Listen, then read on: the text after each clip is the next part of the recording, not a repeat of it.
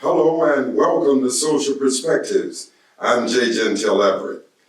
Today we are going to talk about the splendor of God, how God has a magnificent way of bringing like minds together when He has a purpose that involves reaching the masses for His causes. We ask you to stay tuned. We are going to be right back with that exciting look into the commencement of the Eminent Point Baptist Church in Raleigh, North Carolina, and we are happy to have some of those who gave birth to such an amazing idea. Stay tuned. We'll be right back.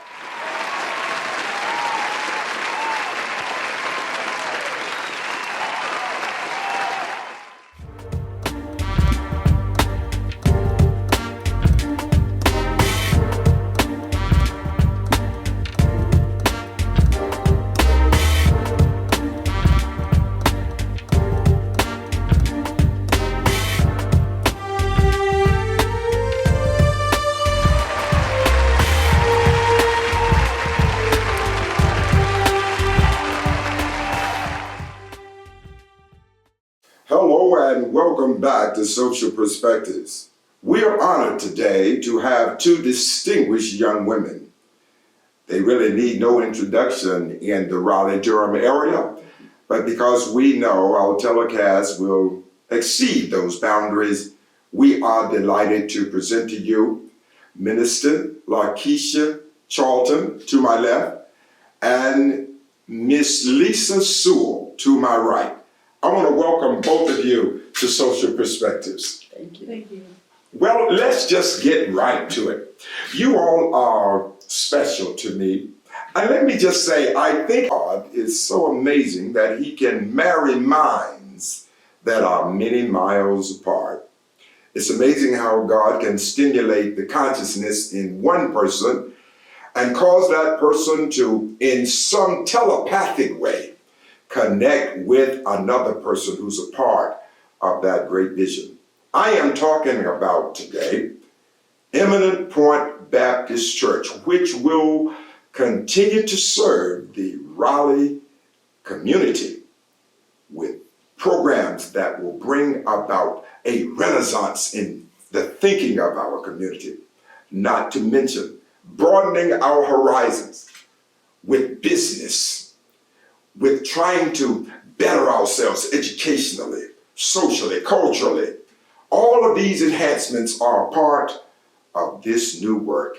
And I have to first take this time and thank Lisa, because Lisa was able to codify much that existed in my mind and put it on paper. Lisa, what was it all about? What got you started in this effort? Oh wow, it was many different things that brought me to it, because it was both a family thing for me and a religious thing. Okay. My family had started a church in Raleigh many years ago, Right. and we had to start over because it was no longer there. I see. And so the drive and the determination of my family was one aspect. I see. While, they built that for the community. Yes. And they built that to serve God, and they built that and worked hard to serve God. Yes. So all of those things came together and pushed me towards. Y'all hear this? Now, this young lady, she was a little girl when I saw her. Look at her now.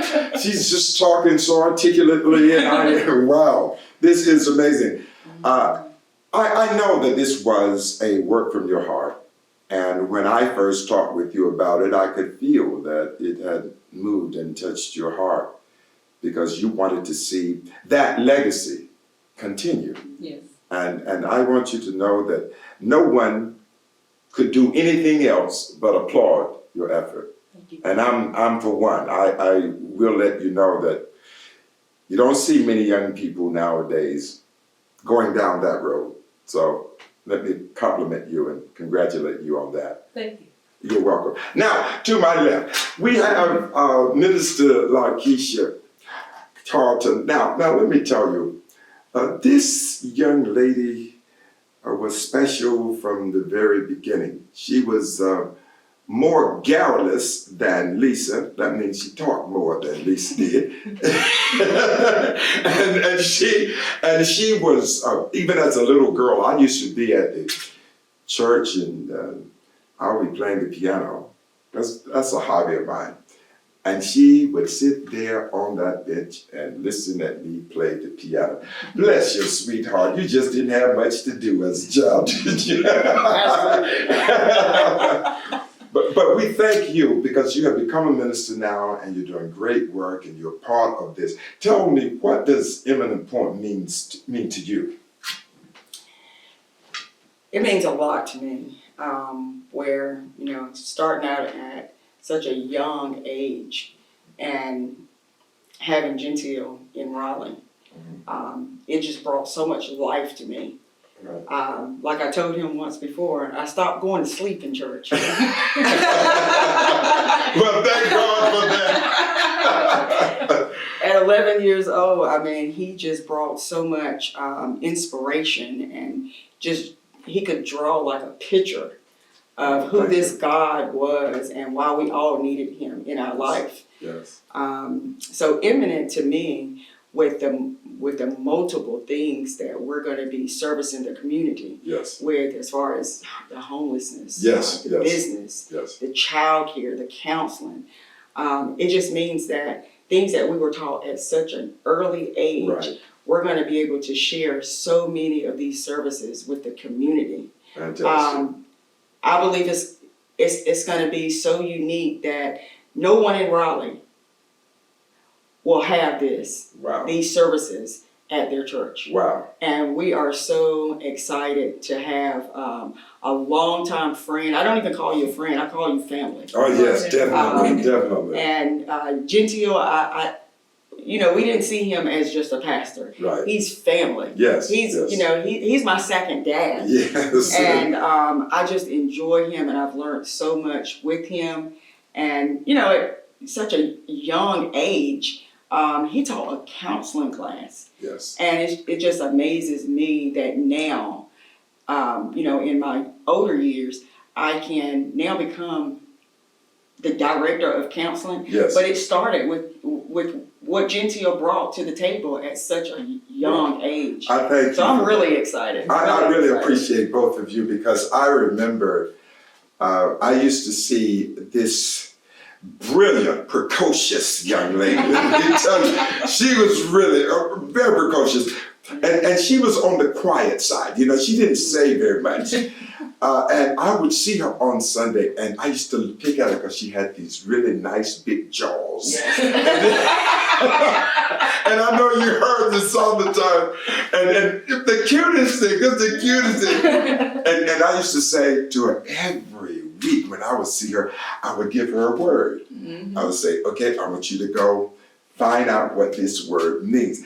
She was already doing so well academically. Yes. Every time it was time to do student recognition, okay, she was always going to be A this and A that, and that was just what she was going to do.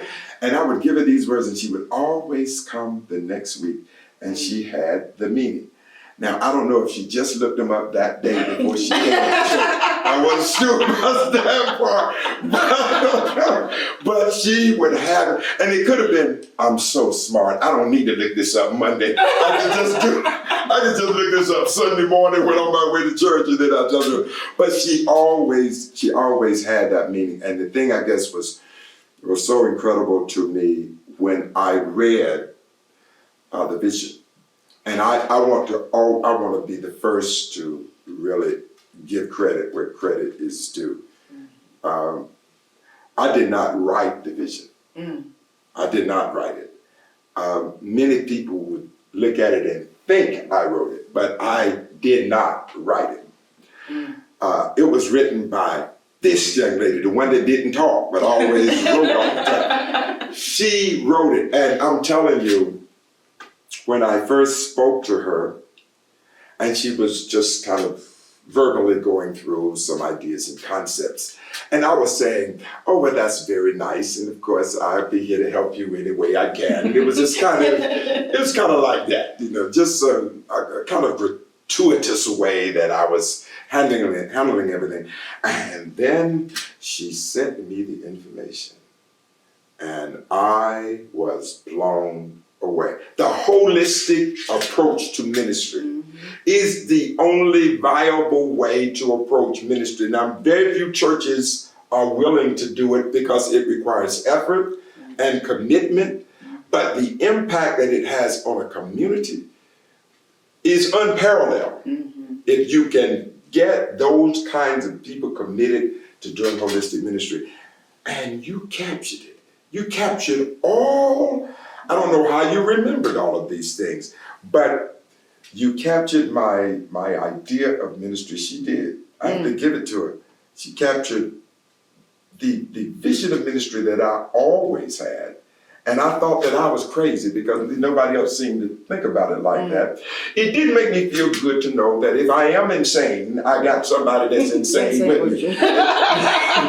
It's sort of like, we all, misery loves company, right? So I said, at least I got somebody with me in it. And then after meeting with her and meeting with others, and when I saw their zeal and their commitment in wanting to bring something special, not just something ordinary. It was a family concept. And I've always felt like that with both of you. I never felt like I was a pastor to the Bridges family or to the Sewell family. I didn't feel that. I felt that I was just a member of the family that just happened to preach. I mean, that's the way I felt. That's the way you all made me feel. And and I have to say this, and I want to make sure that your family, and since you all are here, I want to make sure that they get a chance to hear me say this, and they will get a chance to see this. And I want them to know this is really from my heart. I moved to Raleigh and I didn't know anyone. I had no friends, none, zero. I moved into a city without any personal connections. I only moved because I was following a mandate to go and lead a church. I was already leading a church, and I left that church to come to you. But what people did not know, what I left to come to Raleigh, I don't even know, it makes no financial sense. None. It made no financial sense.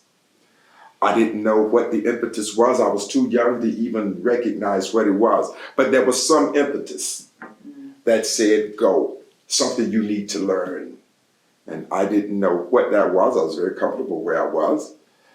But out of nowhere, I decided that I would follow. And I came to a town knowing absolutely no one. I had no one to call to, where do I go eat? Where do I live? I didn't have any of those, any answers to that. But let me tell you what happened. Eugene Jordan. You ever heard of him before? I thought you did. Eugene Jordan found me a place to live. Wow. Yeah. A lot of people don't even know this story. He did it because he was in real estate and he knew the area. I didn't know the area. And he knew where the church was and where I needed to go, where it would be convenient for me, and I would not have to go through too many traffic gyrations so I wouldn't be late and lost all the time because I didn't know the city. And he found a place over there at Mini City. Yep, I remember. And the sad thing about it, when I got there, I took this apartment on the first floor, and I had been living in a parsonage before I came here. A house separated from all other houses. So when I came to Raleigh, I had to move into an apartment, and it was on the first floor.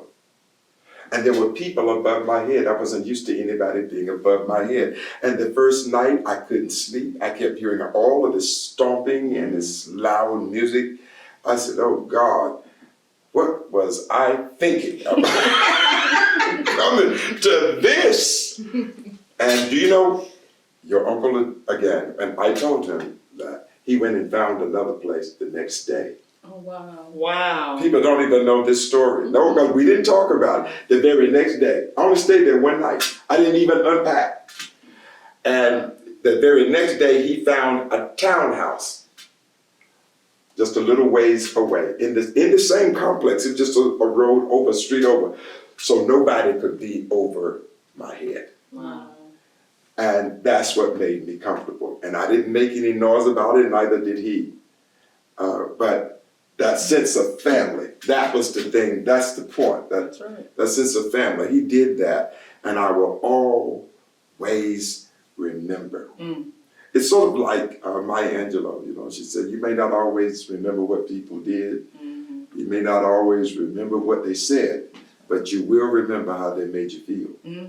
And I remembered how he made me feel being lost here. And then when I look at your family, oh my goodness, your family from the very beginning. I used to call your family the short people. Everybody was short, right? But, oh my God, y'all didn't want to do. I didn't never find the Bridges serious about anything. Nothing. I said none of these Bridges would die from worration or heartache because they laugh all the time. This is a happy family. They just laughed all the time. And I just will always remember how they all just embraced me and made me feel welcome. Now, you can't say that about everybody in the world, but I can definitely say. So, to the Bridges family and to the Sewell family, I want you all to know from J. Gentile Everett, I will always love you and never forget how you made me feel. And we love you too. Oh, y'all are so kind. All right, now let's get back to church. Y'all know that wasn't my doing. You know, they live it down that road. They live it down the road. Now, when we look at the church, what is the most important thing right now? Keisha, I'm gonna ask you this first. What's the most important thing for you to see in a ministry now? What's the most important thing? Services that we can give to the community that will give them hope and direction. Because I do a lot with the homeless ministry, community outreach, and people are living life. Yeah. And they're going through so many different aspects of life where they're at the point where they want to just give up. But with Imminent Point coming to town, I know that from our experiences and from our passion that we have for people, I think it's so much that we're going to be able to provide with the services that the church is going to offer. Yes. You know, homelessness, you know, people that are homeless, they have their story too. Yes. They didn't just wake up one day no, and they didn't. said, it was a process. Homeless. It was a process. But I think with this church coming to town, Yes.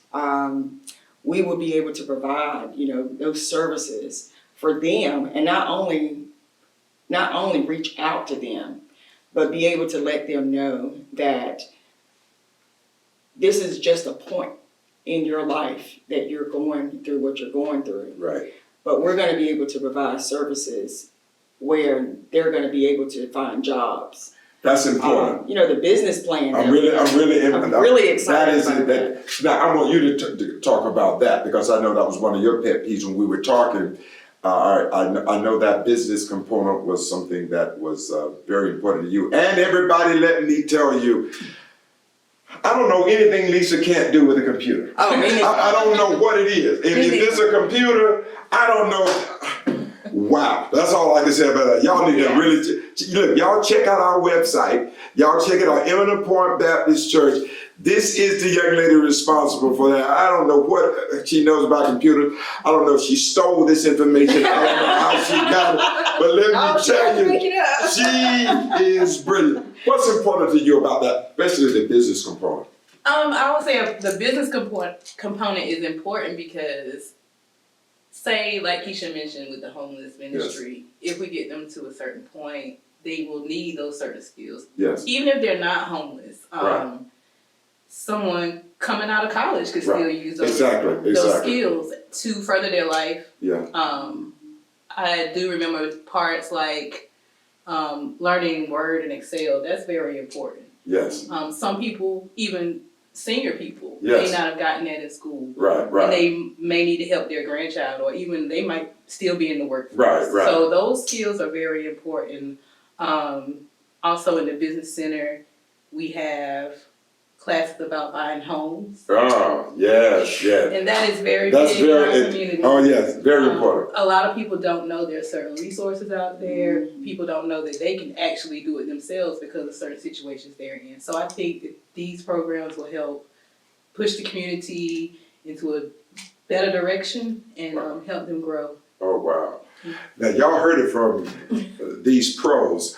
They are really trying to touch the community and alter lives. That's what it's all about. It's not just a place where people are going to come and shout and praise and all of that. And that's wonderful. Everybody wants that. But this is a different approach. This is an approach that has to do with the whole person. Learning how to buy homes.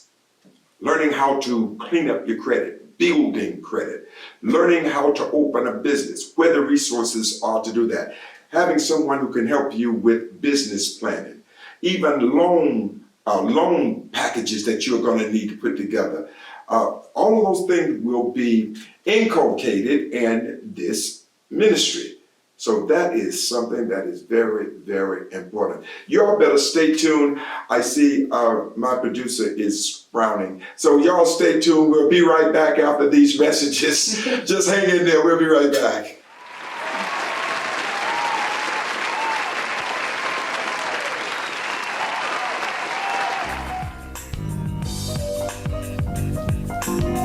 We congratulate Gentile on his Jazz Award from the Kennedy Center for his amazing jazz album, Finally All of Me.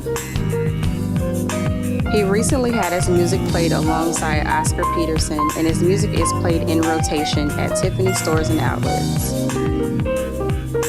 Stream Gentile's album, Finally All of Me, on all streaming platforms today.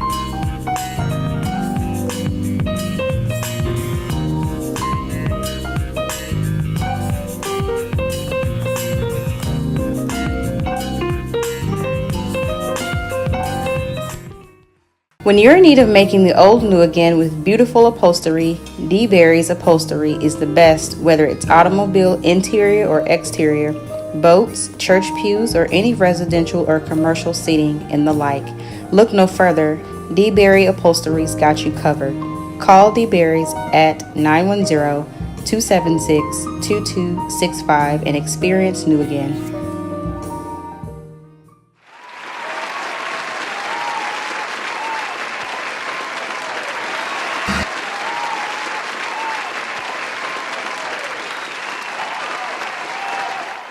Welcome back to Social Perspectives. We're in our final segment of this show, and we want to hear from our two esteemed ladies to give us some closing remarks as it relates to Eminent Point Baptist Church. We're going to ask Minister Keisha if she would do it first. Well, I just want to say thank you guys for the vision, putting this all together, all the time that you spent. And I just like to thank you for coming back to Raleigh with us. My pleasure. That means the world to us. Thank you. Thank you so much. Thank you. I can tell you her uncle said to me when we met, her uncle said, now you got to leave this stage. Don't you come up here and then go to Hollywood after we get out of you got to leave this stage. So I told him, no, don't worry about that. I'm going to do that. Little sister. Yes. Give us your closing remarks. Okay, I would like to speak to the community, to family and friends, and let you know that we are coming from our heart, building this for you all to continue to serve the community, be a part of the community, and to serve God. And I also would love to thank you for listening to my crazy ideas and reading all of that information that I sent you. I did. And agreeing to come back to Raleigh. Oh, thank you. It's my pleasure, because I'm gonna tell you, when you hear the summon that came from the both of you, I mean, how can you say no? It's really, you all are special, and I pray for you. On a serious note, I pray for you guys all the time, every single night, that God will continue to give you the strength to forge ahead. Because this is a beautiful vision. It really is. And I really think God is really doing something special. And when you see God moving in the hearts of younger people, you all have no idea how stimulating that is. So you all have given me new hope in believing that there are young minds that are still hungry for God and to bring a greater people out of the community, that they might represent the quintessential standards of God. So I thank you all for that privilege and the pleasure. And thank y'all for being on the show. You're welcome. We can't thank you enough. Thank you so much. So we want everybody to stay tuned for our closing commercials, and the closing of our show will be right after that. Thank you. See you soon.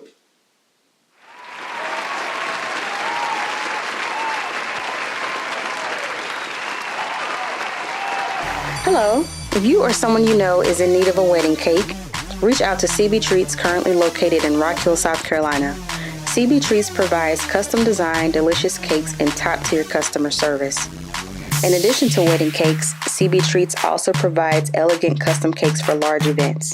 For more information, you can call or text CB Treats at 803-386-8472. Again, that's 803-386-8472. Or you can reach CB Treats by email at cbtreats@live.com. That's cbtreats@live.com. CB Treats, making your cake dreams come true.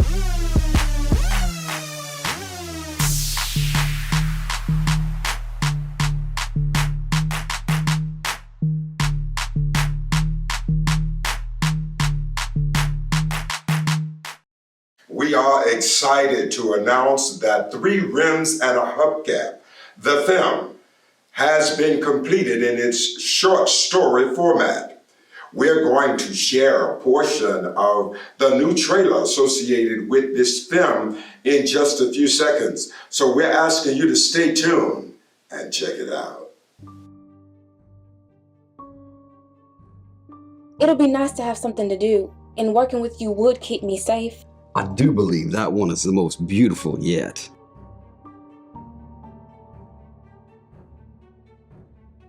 Now, you know you and I go way back. Be not deceived. God is not mocked. There are risks you can't take. You just have to be smart.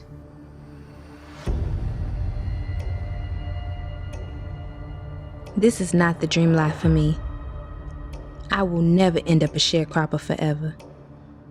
I will become a lady of distinction, grace, and class. None of these things will matter now because someday, these people will learn to respect and admire me. You handled the colonel just fine. I'll take care of him myself. Oh, okay, so you want me to kill him or what? So we're gonna need a truck. You wouldn't dare. Oh, you have 2 choices. We can lay and play, and you can pay.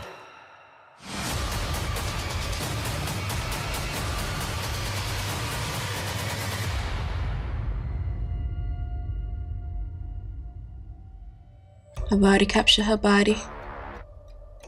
That means her mind is not too far behind. Today, I am going to present a message to the congregation they have never heard before a day in their lives. Just you see.